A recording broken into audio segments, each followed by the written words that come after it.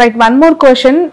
నెల్లూరుకి సంబంధించి చాలా మంది రెడ్డి కమ్యూనిటీ లీడర్స్ టీడీపీలోకి వచ్చారు కదా, బట్ ఇప్పుడు అక్కడ విజయసాయి రెడ్డి గారు బరిలో నిల్చున్నారు ఎంపీ క్యాండిడేట్గా. ఎలా అనిపిస్తుంది? నిన్న జగన్మోహన్ రెడ్డి గారు చాలా ప్రత్యేకంగా అక్కడ ఒక డే అంతా కేటాయించారు, డే లాంగ్ అక్కడే ఉండి ఆ లీడర్స్తో ఎమర్జ్ అయ్యి మీటింగ్స్ కూడా కండక్ట్ చేశారు. ఆ జిల్లా ప్రభావం విజయసాయి రెడ్డి గారి ఒక 10% ఎడ్జ్ ఉంటుంది విజయసాయి రెడ్డి గారికి. ఓకే, వేమిరెడ్డి ప్రభాకర్ రెడ్డి గారి మీద కంపేర్ చేస్తే ఆయన అనుకుంటా కదా. అవును, వేమిరెడ్డి గారు ఆయన రీసెంట్ గా వైసీపీ నుంచి జాతకాన్ని బట్టి మాట్లాడుతున్నాం, అందుకనే పేరు మాట్లాడినా. ఆయన జాతకం తెలుసు కాబట్టి, 2 జాతకాలు తెలుసు కాబట్టి ఒక 10% ఎడ్జ్ ఉంటుంది విజయసాయి రెడ్డి గారికి. విజయసాయి రెడ్డికి ఎడ్జ్ ఉంటుంది. మిమ్మల్ని ఒక క్వశ్చన్ అడగాలి, అంటే మీ అభిప్రాయం ఏంటి అనేది. చాలా మంది చాలా సంవత్సరాలుగా మన సంప్రదాయాల్ని లేదంటే మన కట్టుబాట్లు అవ్వచ్చు, మన సనాతన ధర్మం గురించి భక్తి ప్రవచనాలు ఇస్తూ ఉంటారు. అందులో చాగంటి వాళ్ళు, గరికపాటి వాళ్ళు ప్రతిరోజు డే లాంగ్ ప్రవచనాలు చూస్తూ ఉన్నాం ఇన్స్టాగ్రామ్లో. ఎంతో ఎంతో మంచి విషయాలు వాళ్ళు చెప్తూ ఉంటారు కదా. మీరు ఎప్పుడైనా ప్రవచనాలు చెప్పే అవకాశం ఉందా ఇన్ ఫ్యూచర్? ఆలోచన ఉందా? వాళ్ళ ప్రవచనాలు విన్నప్పుడు మీకు ఏమనిపిస్తుంది? మీ అభిప్రాయం ఏంటి? ప్రవచనాలు చెప్పాలి అంటే first we are eligible for that అనేది చూసుకోవాలి. ఇప్పుడు నా దృష్టిలో ప్రవచనాలు చెప్పడానికి అర్హత ఉన్నటువంటి వ్యక్తి చాగంటి కోటేశ్వరరావు గారు. అంటే ఆయన చెప్పింది ఫాలో అవుతారు. ఇక మిగతా వాళ్ళ గురించి నేను మాట్లాడా. అంటే నేను ఏమంటా అంటే, ఇప్పుడు ఉదాహరణ, మన సంస్కృతి సంప్రదాయాలు, మన చరిత్ర మనకి ఏం చెప్తుంది అంటే, సప్త సముద్రాలు దాటి వేరే దేశానికి పోవద్దు అని చెప్తుంది. సన్యాసులైనా సరే, పంతులైనా సరే, పంతులు కూడా. అంటే పంతులు అంటే ఉదాహరణ, ఇప్పుడు పూజారులు ఉన్నారు, పూజారులు సప్త సముద్రాలు దాటి అమెరికా పోవడానికి అర్హత లేదు. ఎందుకంటే అమెరికా పోతే మన సాంప్రదాయం ప్రకారం మనము సంకల్పం, ప్రతిరోజు మనం సంధ్య వార్చుకోవాలి. సంధ్యావందనం చేసుకునేటప్పుడు సంకల్పం ఉంటుంది. కృష్ణ గోదావరియోర్ మధ్యప్రదేశే అంటాం మనం. ఇప్పుడు మనం కూర్చున్నది కృష్ణ గోదావరి మధ్యప్రదేశ్లో కూర్చున్నాం, అవునా? ఇప్పుడు ఇట్లా కూర్చుంటే ఇటు సైడ్ మనకు గోదావరి ఉంది, ఇటు సైడ్ కృష్ణ ఉంది. అంటే మనకు జడ్చర్ల కృష్ణా నది ఉంది, ఆదిలాబాద్లో గోదావరి ఉంది, మధ్యలో మనం ఉన్నాం. అందుకనే మనం సంధ్య వార్చుకునేటప్పుడు ఏం చెప్తున్నాం? మనం పెళ్లి కార్యక్రమం జరిగినా, ఉపనయనం జరిగినా, ఏది జరిగినా ఏం చెప్తున్నాం? కృష్ణ గోదావరియోర్ మధ్యప్రదేశే శ్రీశైలస్య ఆగ్నేయ దిగ్భాగే అని సంకల్పం చెప్పుకుంటున్నాం. అమెరికాకు పోతే ఏమని చెప్తావు?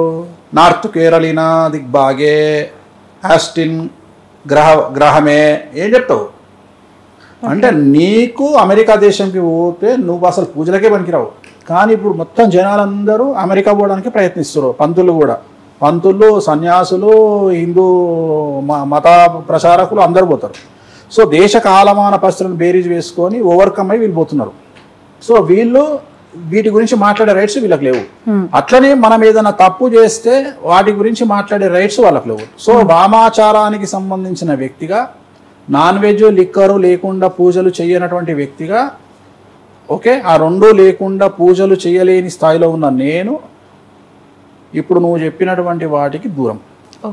ఓకే, నేను వీటి గురించి మాట్లాడే రైట్స్ నాకు లేవు. ఎందుకంటే నేను పులసలాంటోని, రెగ్యులర్ చేప, బొచ్చే అట్లాంటి చేప కాదు, నేను కొర్రమట చేప కాదు, నేను పులసలాంటోని, గోదావరి వాటర్కి అపోజిట్ డైరెక్షన్లో పోయేటోని. సో అందుకని చాలా రేర్గా ఉంటాయి ఇవి. సో అట్లనే నేను కూడా అంతే, ఆస్ట్రాలజీలో బ్రాహ్మణ కమ్యూనిటీలో నేను అంతే, నేను రివర్స్లో పోయేవాడిని. కాబట్టి నేను వీటికి సూట్ అయ్యే వ్యక్తిని కాదు.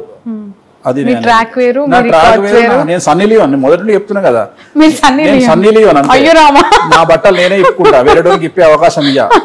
వేరే వాడికి నా బట్టలు, వాళ్ళంతా సౌందర్య లాంటి వాళ్ళు, కుటుంబ కాలక్షేమ, కుటుంబ సినిమాలు చేసుకుంటారు వీళ్ళంతా. బట్ ఏ హీరో దొరకలేదు, సన్నీ లియోన్ తో కంపేర్ చేసుకుంటున్నారు. గ్రేట్ కదమ్మా. మనం ఎంత గొప్ప కాకపోతే ఒక పోర్ను స్టార్ తీసుకొచ్చి చీరలు కట్టి సినిమాలు చూస్తున్నాం.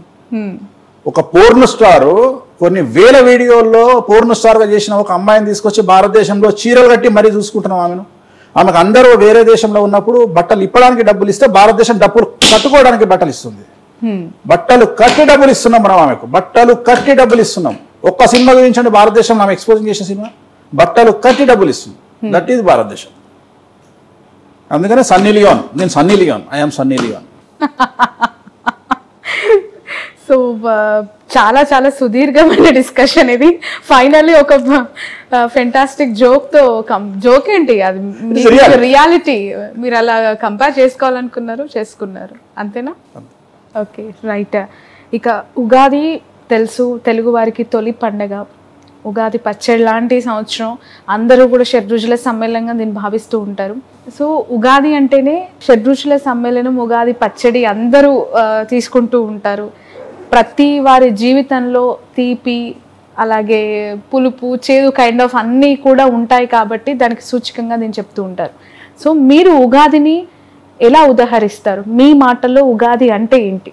శాస్త్రం మనకేం చెప్పింది అంటే దేశ కాలమాన పరిస్థితులు అన్నారు. సో దేశ కాలమాన పరిస్థితులు అంటే ఉదాహరణ భారతదేశంలో ఉండేటువంటి కుజదోషము అమెరికాలో ఉండదు. సో అమెరికాలో ఉండేటువంటి కుజదోషము ఆస్ట్రేలియాలో ఉండకపోవచ్చు, లేదా ఆస్ట్రేలియాలో ఉండే కుజదోషము న్యూజిలాండ్లో ఉండకపోవచ్చు. అంటే దేశ కాలమానాన్ని బట్టి పరిస్థితులను బట్టి మనకు ఉన్నటువంటి సిచ్యువేషన్స్ మారుతాయి. అందుకనే దేశ కాలమాన పరిస్థితులు అంటూ ఉంటాం మనము. సో జనరేషన్ బట్టి కూడా పరిస్థితులు మారుతూ ఉంటాయి, జనరేషన్ బట్టి కూడా వాటి యొక్క సీరియస్నెస్ కంటెంట్ మారుతూ ఉంటుంది. ఇప్పుడు ఉదాహరణ కాలసర్పదోషం అని అందరూ మాట్లాడుతూ ఉంటారు. కాలసర్పదోషం అనేది భారతదేశానికే ఉంది. సో భారతదేశంలో పుట్టినటువంటి 90% ఆఫ్ ది పీపుల్కు కాలసర్పదోషం ఉంటుంది. సో దాన్ని పెద్ద సీరియస్గా తీసుకోవాల్సినటువంటి పని లేదు. సో ఇప్పుడు మనం మాట్లాడుకునేది ఏంటి అంటే అసలు జనరల్గా ఎక్కడైతే డబ్బు ఉంటుందో, ఎక్కడైతే అభివృద్ధి ఉంటుందో, ఎక్కడైతే స్టేటస్ ఉంటుందో అక్కడ సమస్యలు అధికంగా ఉంటాయి. చాలామంది అంటారు పేదవారికి సమస్యలు ఎక్కువ ఉన్నాయి. వాస్తవంగా పేదవారికి సమస్యలు I'm talking about below middle class. డబ్బు అనే ఒక సింగిల్ పాయింట్ని పక్కన పెడితే వాళ్ళకున్నంత ప్రశాంతత డబ్బు ఉన్న వాళ్ళకు ఉండదు. సో డబ్బు పెరుగుతున్నా కొద్దీ జనాల్లో విపరీతమైనటువంటి స్ట్రెస్ అనేది ఉంటుంది. నువ్వు మ్యాక్సిమం డబ్బును హ్యాండిల్ చేయాలంటే 2 కోట్ల నుండి 2.5-3 కోట్ల వరకే. ఉదాహరణ ఒక గవర్నమెంట్ ప్రభుత్వ ఉద్యోగి, ఒక టీచర్ కావచ్చును, ఒక మిడిల్ క్లాస్ ప్రభుత్వ ఉద్యోగి తన జీవితం మొత్తంలో సంపాదించే సొమ్ము 2,80,00,000 నుండి 3 కోట్లు ఉంటుంది జీవితం మొత్తం. కానీ అదే డబ్బున్నోళ్ళ పరిస్థితి ఎలా ఉంటుంది అంటే నిద్ర ఉండదు, తిండి ఉండదు, స్ట్రెస్, సో బీపీ, షుగర్లు. ఎందుకంటే డబ్బు పెరుగుతున్న కొద్దీ మనిషికి వాటిని దాచుకోవాల్సినటువంటి పరిస్థితి, వాటిని ఇన్వెస్ట్ చేయాల్సిన పరిస్థితి, చాలా సమస్యలు వస్తూ ఉంటాయి. సో అందుకనే ఈ జనరేషన్లో మానసికమైన దృఢత్వం అనేది చాలా అవసరం మనిషికి. సో మనం అభివృద్ధి చెందినా మన మీద రాళ్ళేస్తారు. అంటే ఉదాహరణ ఎగ్జాంపుల్ నేనే ఉన్నా, నేను చెప్పింది ఒక్కటి జరగకపోతే డ్యామేజ్ చేయడానికి 100 మంది రెడీగా ఉంటారు తప్ప చెప్పింది జరిగితే వెన్నుదట్టడానికి ఒక్కడు కూడా ముందు ఉండడు. సో అట్లనే ప్రతి మనిషి జీవితంలో ఒక సమస్య వచ్చినప్పుడు దాన్ని చాలా వరకు జనాలు దాడి చేయడానికి ప్రయత్నం చేస్తారు తప్ప అతన్ని వెన్నుదట్టి ప్రోత్సహించి ఆ సమస్య నుండి బయటికి తీసుకురావడానికి ప్రయత్నం చేయదు మన సమాజం. మన సమాజమే అలాగా ఉంది. ప్రస్తుత సమాజము సినిమాటిక్ పోకడలకు చాలా దగ్గరగా మనం జీవన శైలి లేకున్నా సినిమాల్లో చూపించే వాటికి చాలా విచిత్రంగా ఉంది. ఉదాహరణ టీవీలో ఒక సినిమాలో ఉమ్మడి కుటుంబాన్ని చాలా గొప్పగా చూపిస్తే చప్పట్లు కొట్టి సినిమాని సూపర్ హిట్ చేస్తాం మనం. కానీ మన ఇంట్లో ఉమ్మడి కుటుంబం అంటే మనకే బోర్ కొడుతుంది. లేదా మన ఇంట్లో మన గెస్ట్లు ఒక 2 రోజులు ఇంట్లో ఉంటే తట్టుకోలేనటువంటి పరిస్థితి. వివాహం 16 రోజులు చేసుకునేటువంటి పండగ ఇవాళ మనకు 1 డే మ్యారేజ్ కిందకి వచ్చింది. మార్నింగ్ ఎదుర్కోళ్ళు, ఈవినింగ్ కల్లా అప్పగింతలతో కార్యక్రమం అయిపోతూ ఉంది. సో మనం ఏమైపోతుంది, సంకుచిత మనస్తత్వాలు, మైక్రో ఫ్యామిలీస్, మినీ ఫ్యామిలీస్ అయిపోయి సో సమాజం అంతా కూడా ఒక వెన్నుదట్టి ప్రోత్సహించి ఒక మనిషికి ఇంట్లో ఒక అన్నకు సపోర్టు, ఒక తమ్మునికి సపోర్ట్ ఇది లేదు. ఎంతసేపు తమ్ముడు సంపాదించిండని అన్న కోపం, అన్నకు సంపాదించిండని తమ్ముడు కోపం, అక్క సంపాదించిందని చెల్లె కోపం. అంటే ఎంత ప్రేమగా మాట్లాడుకున్నా ఇన్నర్ కరెంట్గా వాళ్ళ మనసుల్లో ఉన్నది ఏంటంటే ఎట్టి పరిస్థితుల్లో వేరే వ్యక్తి అభివృద్ధిలోకి రావద్దు, వేరే వ్యక్తి అభివృద్ధిలోకి రావు. ఇదే ఆలోచన, ఎంతసేపు ఇదే ఆలోచన. ఒక పెద్ద ఈ మధ్యకాలంలో నేను ఒక ఉదాహరణ చెప్తా. ఒక పెద్ద కార్యక్రమానికి నేను వెళ్ళడం జరిగింది. చాలా పెద్ద కార్యక్రమానికి వెళ్తే ఒక హీరో వచ్చాడు, ఒక ప్రముఖ హీరో వచ్చాడు అక్కడికి. నేను నా ప్రిడిక్షన్స్లో వాళ్ళకి సంబంధించి కొన్ని ప్రిడిక్షన్ చెప్పడం జరిగింది. అంటే వాళ్ళకి నెగిటివ్గా ప్రిడిక్షన్ చెప్పడం జరిగింది. జరిగినాయి, అవి జరగకపోవడం అనేది ఏం లేదు, 100కు 1,000% జరిగినాయి. సో అక్కడికి వచ్చిన హీరో చెప్పింది ఏంటంటే ఆర్గనైజర్స్కి వేణుస్వామిని స్టేజ్ మీదకి తీసుకొస్తే నేను ఇక్కడ వెళ్ళిపోతాను.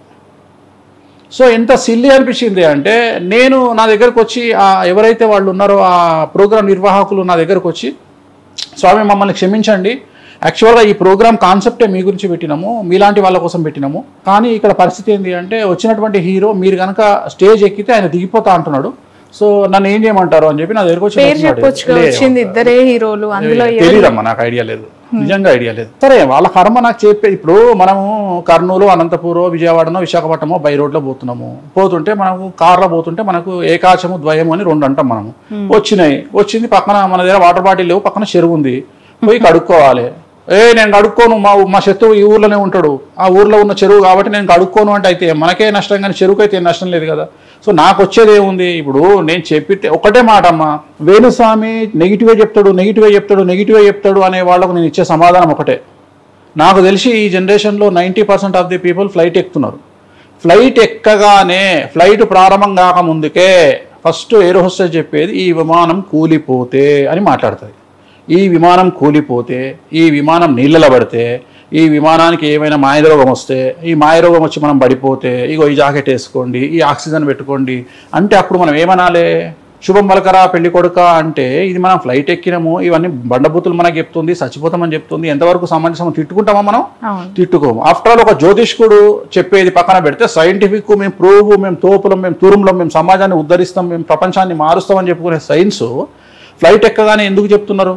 ఈ ఫ్లైట్ చెరువులో పడుతుంది, నీళ్ళలో పడుతుంది, ఈ ఫ్లైట్లో ఒకవేళ ఆక్సిజన్ అందకపోతే ఇది వేసుకోండి, అది వేసుకోండి అంటే ఎట్లయితే వాళ్ళు జాగ్రత్తలు చెప్తున్నారో నా జీవితంలో కూడా నేను యాజ్ ఎ ప్రిడిక్షన్ నేను ఇలాగే జాగ్రత్తలు చెప్తా.